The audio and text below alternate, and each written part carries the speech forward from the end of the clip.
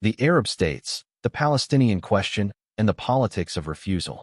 The Palestinian tragedy is not only the product of Israel's relentless expansion, but also of the Arab regime's refusal to transform their rhetorical solidarity into genuine sacrifice.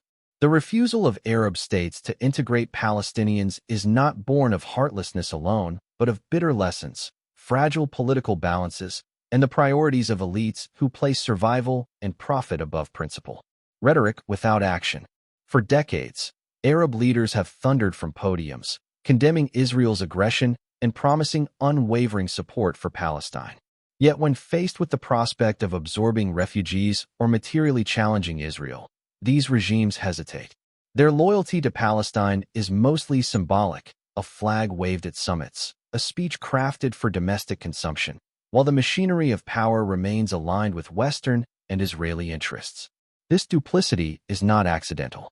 The rulers of many Arab states are bound by the same golden chains: American security guarantees, British diplomatic cover, and Israeli intelligence cooperation.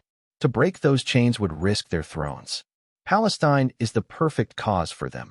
It can be championed with words, but never with deeds. Lebanon, the cautionary tale. The greatest deterrent to Arab states accepting Palestinians lies in the scars of Lebanon. After the expulsion of the Palestine Liberation Organization from Jordan in 1970, Lebanon became its new base of operations.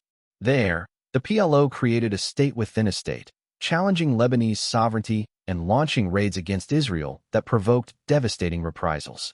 The delicate sectarian equilibrium of Lebanon, split among Maronite Christians, Sunni Muslims, and Shiite Muslims, collapsed under the weight of armed Palestinian factions.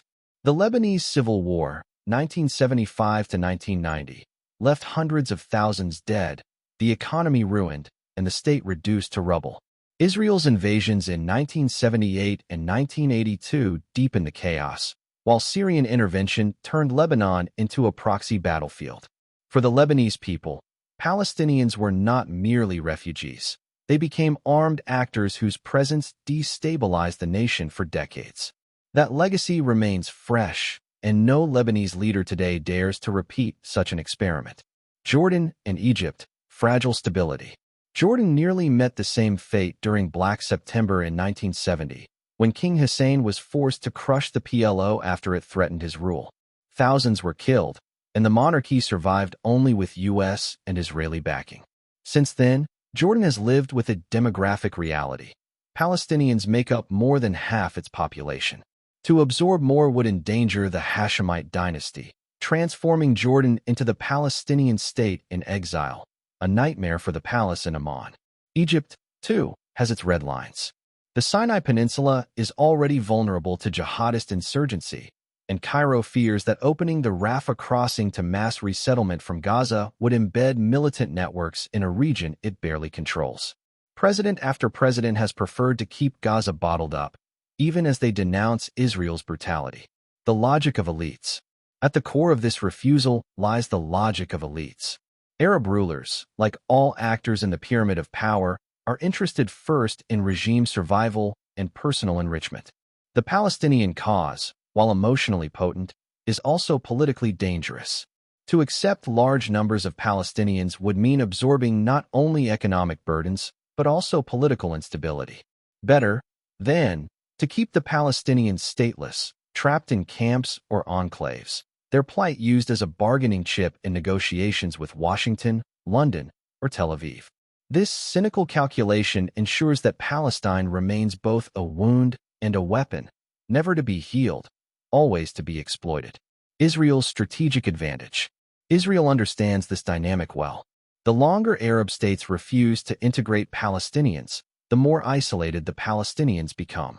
Trapped between an occupying power and neighbors unwilling to embrace them, they are left with no lifeline. This division serves Israel's strategy. It can continue its slow-motion destruction of Palestinian society, knowing that no Arab army, no Arab state, will risk collapse for their sake. Conclusion: the endless refuge. The Palestinian people have become orphans of the Arab world, abandoned by neighbors who invoke their name but fear their presence.